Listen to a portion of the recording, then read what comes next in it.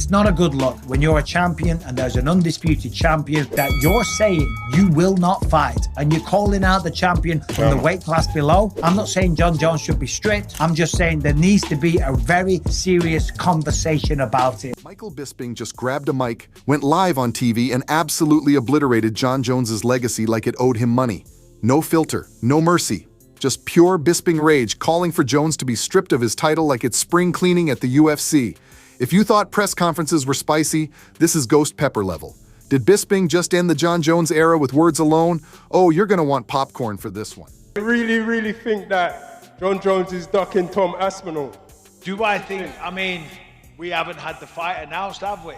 So, I'm not saying he would duck him because he's one of the greatest, or if not, the greatest fighter that we've ever seen.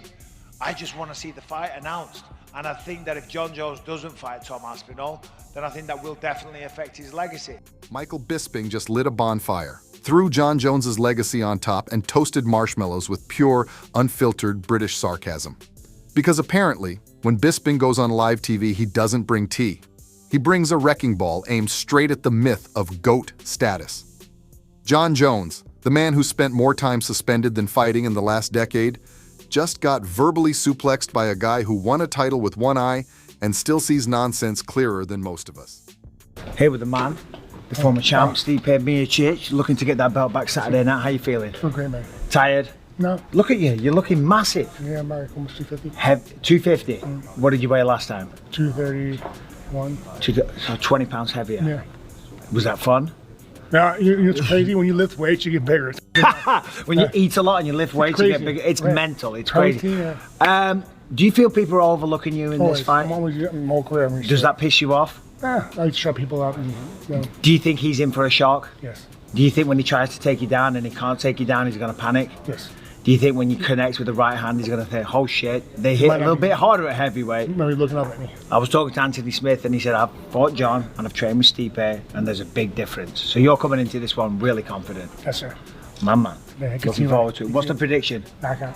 Knockout, let's go. Let's start with the fact that Jon Jones has had more second chances than a corrupt politician with a good publicist. Failed drug tests? Check. Legal trouble? Oh, please. Jones has racked up more mugshots than title defenses. And yet somehow, some way, his legacy keeps getting duct-taped back together like a bad science project. Enter Michael Bisping, who clearly woke up and chose chaos, and we're here for it. That's all well and good, but if you're the heavyweight champion of the world, then you have an obligation to the sport, to the fans, to the other fighters in the division. Live your life. And if you are somewhat retired, just be honest and come out and say it.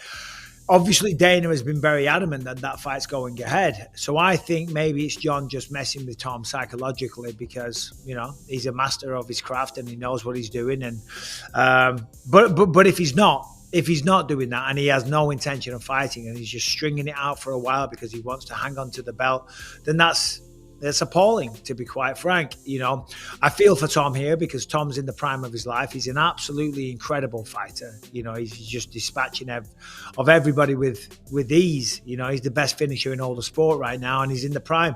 He should be fighting every few months, every 6 months at least. You know, every 4 or 5 months he should be back in there, building his legacy, making money, and just doing what he was. On live television, in front of everyone, Bisping basically said the quiet part out loud, that Jones's legacy might be more padded than his Twitter block list. And let's be honest, Bisping has a PhD in calling BS when he sees it. This is a man who clawed his way to the title through grit, sheer stubbornness, and probably spite-fueled protein shakes. So when he says someone's legacy is a hot mess, you might want to grab a mop.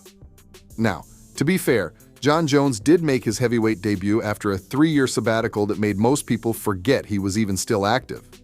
He comes back, beats Cyril Gane, who looked more confused than a cat in a swimming pool, and suddenly, he's the heavyweight king. But if that's all it takes to be the GOAT, then someone please get Bisping back in there with a sandwich and a dream. Bisping didn't just call out the obvious cherry-picking. No, he escalated things to DEFCON level petty by calling for Jon's title to be stripped. Stripped, not gently vacated, not respectfully relinquished. Stripped like a nightclub act you didn't ask for. And while that sounds dramatic, let's be real. Jones has fought exactly once at heavyweight, and that was over a year ago. Since then, he's been more invisible than a decent Wi-Fi signal in rural Nevada. He gets paid that money. You know, I hope he does, and I hope we get to see the fight. And if it isn't 30 million, maybe it's around that. Maybe it's 20 million, 25, maybe it's more, like you say. You know, I think the demand for this fight will be there. I think it's incredible that in this day and age, we're talking about these kind of fight purses being involved in mixed martial arts. I said this in my video. When I started MMA, I'm talking pre-UFC, when I first started like regional level MMA, everybody said, if you're getting into this sport for money, you're in the wrong sport. And I was like, holy cow, this is the only reason why I'm getting involved in this sport. And of course, you know, I did pretty well. And now we're seeing people, obviously Conor McGregor's done fantastic. Lots of people in the UFC have become millionaires through the sport. And now we're seeing, you know, people like Jon Jones getting what was only regarded or what was only seen possible in like the high level superstar boxers, those kind of paydays. Now Jon Jones is getting that. Meanwhile, Stipe Miocic is still waiting by the phone like a teenager in a rom-com, hoping the fight of the century will materialize. But it's looking more and more like a ghost fight between two guys whose octagon appearances are rarer than a coherent Jake Paul interview. And Bisping, ever the voice of chaotic reason, just said what everyone else was too polite to blurt out. Maybe it's time to stop rewarding inactivity with golden belts and start handing out participation trophies instead. Because here's the kicker. Jon Jones's entire legacy is built on two things: talent and turmoil. He's the fighting equivalent of a Shakespearean character. Tragic, brilliant, always one step away from a self-inflicted disaster. And while no one's denying his freakish skill set, it's a little hard to defend the throne when you're too busy defending yourself from another PR meltdown. Bisping, who once KO'd Luke Rockhold on 2 weeks' notice while technically not being able to depth perceive, has every right to call out the circus. He's not just throwing shade for fun, okay, maybe a little, but he's pointing out that being champion used to mean showing up, not showing off on Instagram between injury announcements and semi-cryptic Bible verses. Let's also not forget that while Jones was busy fighting Twitter trolls and existential dread, the UFC heavyweight division has been in a holding pattern tighter than a toddler's car seat.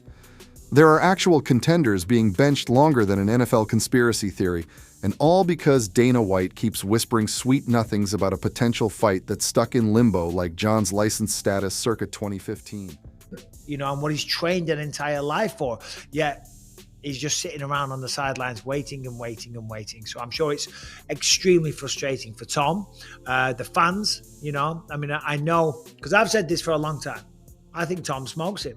I do. And I think John is probably very conscious of that threat as well. I'm not saying he doesn't think he can win, but he understands that. Well, I definitely believe the fight will happen this year. Seems like Jones is up for it. It seems like the UFC want it to happen.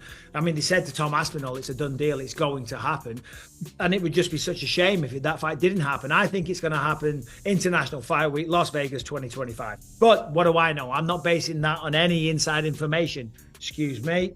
I'm not basing that on any inside information. I know what you know. When Joe Rogan said apparently he wants 30 million, good for him, you know. And then there's the irony.